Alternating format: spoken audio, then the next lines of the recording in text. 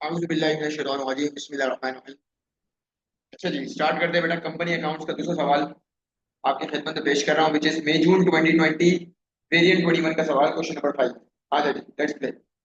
Empty limited prepares its financial statements to 30 April each year. The company's retained earning on 1st May 2019 was 14,000। 1st May 2019 की retain earning दी हुई है, ठीक है। The general reserve was 35,000, ठीक है जी। During the year ended 30 April 2020 the following took place. ये कुछ हरकतें हुई हैं, number 1, number 2 and number 3। The company made a profit for the year 28,000 after charging debenture interest. क्या बोल रहा है बेटा? After. After charging debenture interest का मतलब डिबेंचर के बाद, यानी कि this is the profit after interest, right. After को मैंने कर दिया हाईलाइट। नेक्स्ट पे आते हैं। A transfer of 5,000 was made to general reserve. General reserve में ऑलरेडी आपके सामने है 35,000 रुपए पड़े हुए हैं बेटा, ये 5,000 रुपए का ट्रांसफर आ जाएगा, ठीक है जी। नेक्स्ट एग्जामिनर आपको बोल रहा है a dividend of 4500 was paid, no other dividends were payable for the year. ये तीन इन्फॉर्मेशन आपको गिवन है, 1, 2 and 3। MPT limited provide the following balances. इसमें कुछ बैलेंस दिए हैं 30 अप्रैल 2020 के, सिंपल सी बात है। Requirement number 1, calculate the retain earning of MPT limited at 30 April 2020। बेटा 30 अप्रैल 2020 की बात कर रहे हैं। अब आप ये देखो कि आपको जो रिटेन अर्निंग ऊपर दी हुई है वो दी हुई 1 मई 2019 की, विच इज 14,000, राइट। 14,000 रुपए मुझे इसने रिटेन अर्निंग दी हुई है 1 मई 2019 की, तो क्या बेटा ये कह सकता हूँ कि मेरी ओपनिंग रिटेन अर्निंग है। अरे 1 मई 2019 डेट देख लें, 1 मई 2019 से अगर साल शुरू हो रहा है तो ऑब्वियस सी बात है बेटा, गिन लें 30 अप्रैल 2020 को एंड होगा। और एग्जामिनर आपसे ये वाली रिटेन अर्निंग मांग रहा है, मतलब आपसे क्लोजिंग रिटेन अर्निंग मांग रहा है। अब ये क्लोजिंग रिटेन अर्निंग कैसे निकलेगी? मैंने शुरू की क्लासों में डिस्कस किया कि एग्जामिनर इस वैरायटी का सवाल पूछता है तो उसमें हम क्या करेंगे। मैं आपको दिखाता हूँ एक सवाल जो भी हमने लास्ट किया। बेटा ये है रिटेन अर्निंग का सेक्शन, ये मेरे सामने रिटेन अर्निंग का सेक्शन मुझे नजर आ रहा है। एग्जामिनर मुझसे ये वाली रिटेन अर्निंग पूछ रहा है, ये वाली, ये क्लोजिंग वाली जो रिटेन अर्निंग में ये निकालता था, ये वाली एग्जामिनर मुझसे रिटेन अर्निंग पूछ रहा है। तो इसका मतलब मुझे ये नहीं बनाना, ये नहीं बनाना, ये नहीं बनाना, मुझे सिर्फ सोशी में इसका सेक्शन बनाना है। मतलब मुझे ये क्लोजिंग बैलेंस चाहिए, मेरे पास ओपनिंग बैलेंस दिया हुआ है, जो चीज प्लस हो रही होगी वो प्लस करूंगा, जो चीज माइनस हो रही है माइनस करूंगा, और मैं आंसर निकालूंगा। मतलब मुझे सोशी का ये वाला सेक्शन बनाना है। तोशी का मुझे रिटेन्ड अर्निंग वाला सेक्शन बनाना है, रिटेन्ड प्रॉफिट वाला। सिंपल सी बात है, होगा क्या बेटा? ओपनिंग बैलेंस होगा, फिर अगर प्रॉफिट किया तो प्रॉफिट ऐड कर दो, अगर कोई ट्रांसफर किया तो माइनस कर दो, ठीक है जी। कोई डिविडेंड शिविडेंड पे कर रहे हो तो वो भी माइनस कर देंगे, सिंपल सी बात है, ठीक है जी। आ जाए,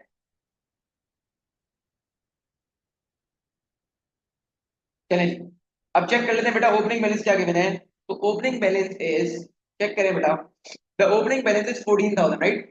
14,000 मुझे ओपनिंग बैलेंस गिवन है, तो मैंने लिखा है यहाँ पर 14,000। ऐड करूंगा बेटा प्रॉफिट फॉर द ईयर, ठीक है। Profit for the year check कर लेता हूँ। प्रॉफिट मैंने बताया था नेट प्रॉफिट आफ्टर इंटरेस्ट वाला लेते हैं, और ऑलरेडी यहाँ पर प्रॉफिट क्या है 28,000 का, आफ्टर है बेटा, ऑलरेडी हमने इसको हाईलाइट किया है, तो इसका मतलब 28,000 सीधा सीधा मैं प्लस कर दूंगा। 28,000 हो गया। आगे आते हैं बेटा। 28,000 के बाद ये बोले ट्रांसफर किया 5,000 रुपए जनरल रिजर्व में। जनरल रिजर्व में ट्रांसफर किया, मैंने आपको बताया बेटा आपके पास दो डब्बे होते हैं, एक रिटेन प्रॉफिट है, एक है जनरल रिजर्व, ठीक है बेटा। जनरल रिजर्व में पैसा आ गया ना रिटेन प्रॉफिट से, ठीक है, तो रिटेन प्रॉफिट से माइनस होगा ना बेटा। ये है रिटेन प्रॉफिट, आरपी, ठीक है जी। रिटेन प्रॉफिट से पैसा माइनस हो जाएगा 5,000 रुपए, तो मैंने यहाँ 5,000 रुपए माइनस कर दिया, क्योंकि मैं अभी रिटेन अर्निंग की कैलकुलेशन कर रहा हूँ, राइट। अच्छा जी, पहली एंट्री चेक, दूसरी check, a dividend of 4500 was paid. कोई डिविडेंड भी जाहिर है आपको रिटेन अर्निंग से ही पे करता हूं मैं सारे अपने डिविडेंड, तो ये 4500 भी लेस है, ठीक है जी। अब चेक कर लेते हैं कोई ऐसी चीज जो इसको हिट कर रही हो बेटा। ये जर्नल रिजर्व में ऑलरेडी बैलेंस पड़ा हुआ था और बाकी कुछ चीज इधर आती नहीं है, और ये तो हमें कुछ बैलेंसेस दिए हुए हैं, तो उसका कोई खास कोई काम नहीं है, ठीक है जी। तो इन सबको मैं प्लस माइनस करूंगा तो मेरे पास एक आंसर आ जाएगा, और उसका आंसर आएगा, चेक कर लेते हैं बेटा एक बार तरह आंसर क्या आ रहा है। ये आ गया 32,500।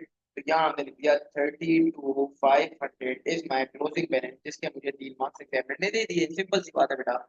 नेक्स्ट एग्जाम हमें बोल रहा है prepare the statement of financial position. बस स्टेटमेंट ऑफ फाइनेंशियल पोजीशन में कोई गेम नहीं है, सिंपल है। मतलब आप ये देखें, तोशी का इसने सिर्फ एक एलिमेंट बनाया आपसे, तोशी का सिर्फ एक रिटेन एंडिंग वाला सेक्शन पूछा, बाकी कुछ इसने छेड़ा नहीं है, राइट। आ जाए बेटा स्टेटमेंट ऑफ फाइनेंशियल पोजीशन बनाते हैं। तो स्टेटमेंट ऑफ फाइनेंशियल पोजीशन में सबसे पहली हेडिंग आएगी, आपको पता है, नॉन करंट एसेट। ठीक है जी। क्या आता है, cost, depreciation and net book value. आ जाए, पहले तो ये फिगर आउट कर लेता हूँ कि यहाँ पर एसेट्स कौन कौन से गिवन है। ये देखिए ना बेटा, ये वाली इन्फॉर्मेशन आपके पास जो गिवन है, इसमें मैं चेक कर लेता हूँ मेरे पास कौन कौन से एसेट वगैरह गिवन है, उसमें से मैं अपनी सारी चीजें अलग कर लेता हूँ। तो बेटा सबसे पहली चीज, fixtures and equipment asset, motor vehicle asset, inventory भी एसेट है। अभी एसेट का अलग कर रहा हूँ, बैंक ओवरड्राफ्ट मेरी लायबिलिटी है, ट्रेड पेबल मेरी लायबिलिटी है, बैंक ओवरड्राफ्ट मेरी लायबिलिटी है बेटा, ट्रेड पेबल आपकी लायबिलिटी है, रिसीवेबल एसेट, प्रोविजन बेटा, प्रोविजन जरा इंपॉर्टेंट बात है, इसकी बात करता हूँ मैं, ठीक है। डिबेंचर्स आपकी लायबिलिटी है बेटा, ऑर्डिनरी शेयर कैपिटल आपका जो ना इक्विटी है, यानी कि कैपिटल है, राइट, जो कि है 1.5 लाख। सिंपल है, सब चीजें अलग कर दी। आ जाए नॉन करंट एसेट में सबसे पहली चीज कौन सी आएगी बेटा, नॉन करंट एसेट में वो एसेट जिसकी लाइफ एक साल से ज्यादा हो, तो है fixtures and fitting 152,000 and 6400। Fixtures already ये बुक वैल्यू दिया हुआ है 60,400। ठीक है जी, डन। अच्छा, अब इन दोनों का टोटल निकाल लूंगा, आंसर निकालूंगा, ठीक है। इसके बाद next heading is current asset.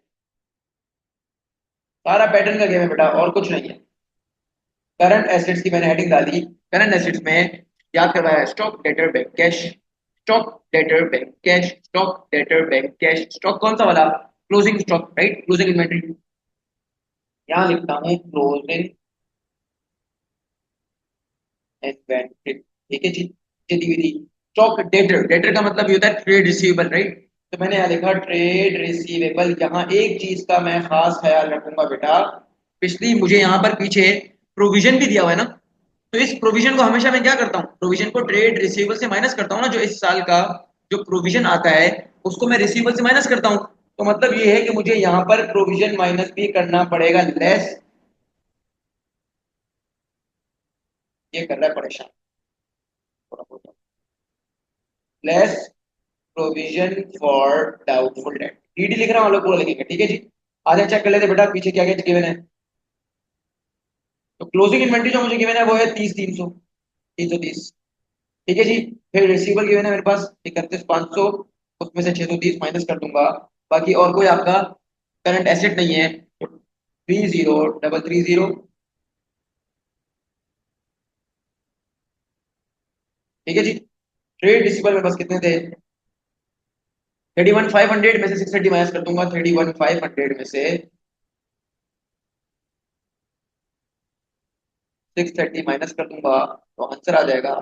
Check कर लेते हैं आंसर क्या आ रहा है बेटा, 30,870, 30,870, उसमें 30,870 प्लस कर दूंगा 30,330, 61,200 विल बी द आंसर। ठीक है जी। अब वहां जो आंसर आ रहा था वो चेक कर लेते हैं, 152 प्लस 60.4,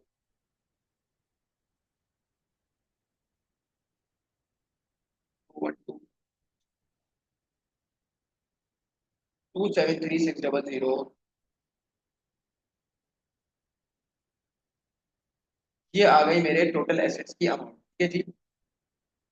ये आ गई टोटल एसेट्स की अमाउंट, तो मैंने यहाँ लिखा टोटल एसेट्स। कैसे निकला बेटा टोटल एसेट्स, नॉन करंट और करंट को प्लस कर दिया, सिंपल हो गया।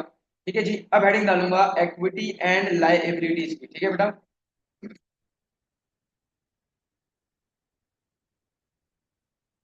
इक्विटी एंड लायबिलिटीज की पूरी हेडिंग डालेंगे आप लोग, मैं LIAB लिख रहा हूँ। फिर हेडिंग डाली इक्विटी, ठीक है जी। और इक्विटी क्योंकि कंपनी का सवाल है, तो कंपनी में मैंने बच्चों को बताया बेटा, ओ लेवल वाले बच्चों को, कि आपको याद रखना है कि कंपनी में चार टाइप की इक्विटी होंगी बेटा। वो कौन कौन सी होंगी? Ordinary share capital, preference share capital, GR general reserve and then retain profit, जिसको मैं रिटेन अर्निंग भी बोलता हूँ। ये चार चीजें आपके पास जो सवाल में होंगी, अगर नहीं है तो नहीं लिखेंगे, समझने वाली बात ही नहीं है। तो चेक कर लेते हैं यहाँ पर क्या क्या गिवन है बेटा मेरे पास। मेरे पास ऑर्डिनरी शेयर कैपिटल मुझे नजर आ रहा है 1.5 लाख रुपए का, राइट। ऑर्डिनरी शेयर कैपिटल के अलावा प्रेफरेंस शेयर्स मुझे कुछ नजर नहीं आ रहे, राइट। प्रेफरेंस शेयर्स मुझे कुछ नजर नहीं आ रहे। इसके बाद general reserve and retained earning. तो पहले तो मैं जरा इसको कॉपी कर लूं 150,000 को।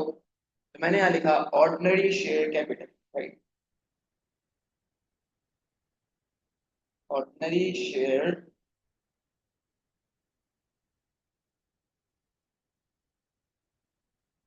150,000। फिर लिखा general reserve and retained earning, ठीक है जी। रिटेन्ड अर्निंग की मैं ऑलरेडी कैलकुलेशन कर चुका हूँ, ठीक है, ये याद रखिएगा। रिटेन्ड अर्निंग की मैं ऑलरेडी कैलकुलेशन कर चुका हूँ पार्ट ए में। चेक कर ले बेटा, ये रिटेन्ड अर्निंग का जो मैंने क्लोजिंग बैलेंस निकाला है वो क्या निकाला है? 32,500 का, राइट। ये 32,500 का जो क्लोजिंग बैलेंस निकला है वो एसओपी में ट्रांसफर हो जाएगा, सिंपल है ना बेटा। तो ये 32,500 का वहां ट्रांसफर मार दूंगा। अब आते हैं जनरल रिजर्व की बात करते हैं। तो बेटा जनरल रिजर्व में आपके पास सवाल में कितना पड़ा हुआ था? 35,000 रुपये का पड़ा हुआ था। आपके पास साल के शुरू में 35,000 रुपये का पड़ा हुआ था। चेक कर लें इसमें कोई एडजस्टमेंट हुई है बेटा। आप ये चेक करें, एक ट्रांसफर हुआ है जनरल रिजर्व में, राइट। कि रिटेन प्रॉफिट की पॉकेट से निकल के जीआर की पॉकेट में आया। जीआर की पॉकेट में ऑलरेडी 35 पड़े हुए थे, 5 और आए 40 हो गए बेटा। 35 पड़े हुए थे बेटा, 5 और दिए लड़के ने, तो इसका मतलब ये है कि 40 हो गए। तो अब यहाँ पर मैं 40,000 लिखूंगा, ये बात याद रखिएगा। ठीक है जी, मैं यहाँ लिखूंगा 40,000। डन। इन सब पर ऑर्डर करके मैं यहाँ लिखूंगा equities done, right. Now heading डालूंगा लायबिलिटीज की। तो आपको याद होगा बेटा सवाल में एक लायबिलिटी भी है, लायबिलिटी, ठीक है जी। चेक करें बेटा, ठीक है। अब लायबिलिटीज में सामने खड़ा हूं तो मुझे सबसे पहली चीज बैंक ओवरड्राफ्ट नजर आ रहा है। इसके बाद ट्रेड पेबल नजर आ रहा है बेटा 29,400 रुपए का, ठीक है। और एक डिबेंचर नजर आ रहा है जो कि नॉन करंट लायबिलिटी है। तो पहले तो मैं ये चेक करूं कि मेरे पास जो करंट लायबिलिटी गिवन है सवाल में वो 6,200 रुपए और 24,900 रुपए, ठीक है बेटा। लायबिलिटीज में दो चीजें थी बेटा, trade payable, bank overdraft, right. Trade payable and bank overdraft, तो चेक कर लेते हैं बेटा। ट्रेड पेबल, बैंक ओवरड्राफ्ट, ठीक है। Amount of trade payable is 24,900, bank overdraft 6,200। 24,900, 24,900, 6,200। Done. चले जी, इसके बाद आपको पता है नॉन करंट लायबिलिटी भी थी बेटा एक। यहाँ लिखा नॉन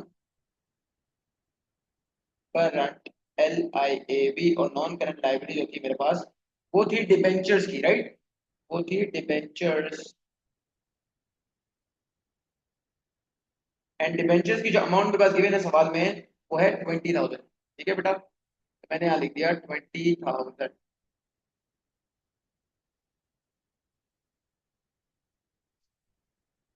एक सेकंड रुके, जरा पानी पिए क्योंकि शहरी जो है ना बिल्कुल एंड एंड पे है।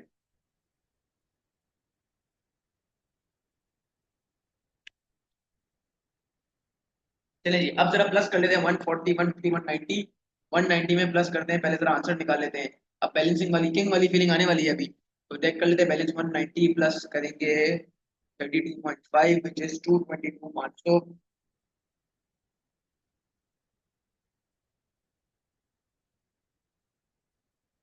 222,500।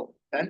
222,500 में अब एक काम करूँ, 24.9 plus 6.2, 6.2 plus 20, right, which is 51,100 plus 22.273,600 is my answer। ठीक है भाई, चेक कर लें आप लोग भी टोटल करके, टेंशन वाली कोई बात ही नहीं है। एंड हेंस हमारा टोटल सेम आ गया बेटा 273,600। तो ये हमारे लिए खुशी की बात हो गई थोड़ी सी कि हमने ये टोटल से निकाल दिया। तो total assets is equals to total equity and liabilities, ये टोटल एसेट्स के अमाउंट, और ये वाले अमाउंट जिसको हम कहते हैं टोटल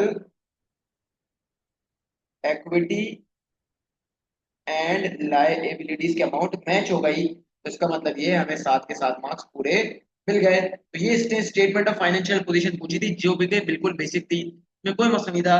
मेन चीज जो सवाल करवाने के लिए जो मैंने चूज किया ये इसीलिए क्योंकि इसमें ये रिटेन अर्निंग की बात थी।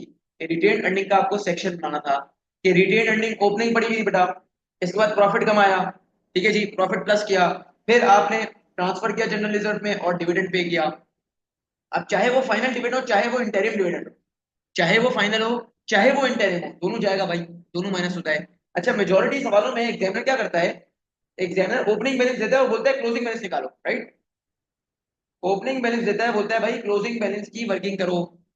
अब अगर सवाल एग्जामिनर यूं कर दे कि यार क्लोजिंग बैलेंस दे और बोले ओपनिंग बैलेंस निकालो, क्लोजिंग बैलेंस दे और बोले ओपनिंग बैलेंस निकालो, वैसे तो ओ लेवल में देखा नहीं गया है ये कि ये इस तरह एग्जामिनर इस तरह की वैरायटी टेस्ट करे, एएस लेवल में वो करता है। बट अगर इस तरह कर भी दे तो इसका अगर तरीका देख लें हम तो मसला नहीं होगा, अगर इनकेस आ भी जाए तो कोई टेंशन वाली बात नहीं है। आप चेक करें बेटा, अगर मैं इसको आसान जबान में कहूं, अगर मैं इसको आसान जबान में कहूं तो जरा देखिएगा। अगर रिटेन अर्निंग मैं यहाँ पे दिखा रहा हूँ तो रिटेन अर्निंग मैंने निकाली कैसे, retain earning closing, retain earning closing मैंने कैसे निकाली जरा चेक करिएगा। मेरे पास ओपनिंग बैलेंस पड़ा हुआ था, मैंने इसमें किया प्रॉफिट ऐड, ऊपर दिखा भी रहा हूं बेटा, प्रूफ भी कर रहा हूं अपनी बात को। तो आपने देखा ऊपर आपके पास ओपनिंग बैलेंस पड़ा हुआ है, आपने उसमें प्रॉफिट ऐड किया, ट्रांसफर टू जनरल रिजर्व क्या करोगे, देख लो बेटा, ट्रांसफर टू जनरल रिजर्व, इसकी पॉकेट से जा रहा है ना पैसा, तो लेस ट्रांसफर, ठीक है भाई।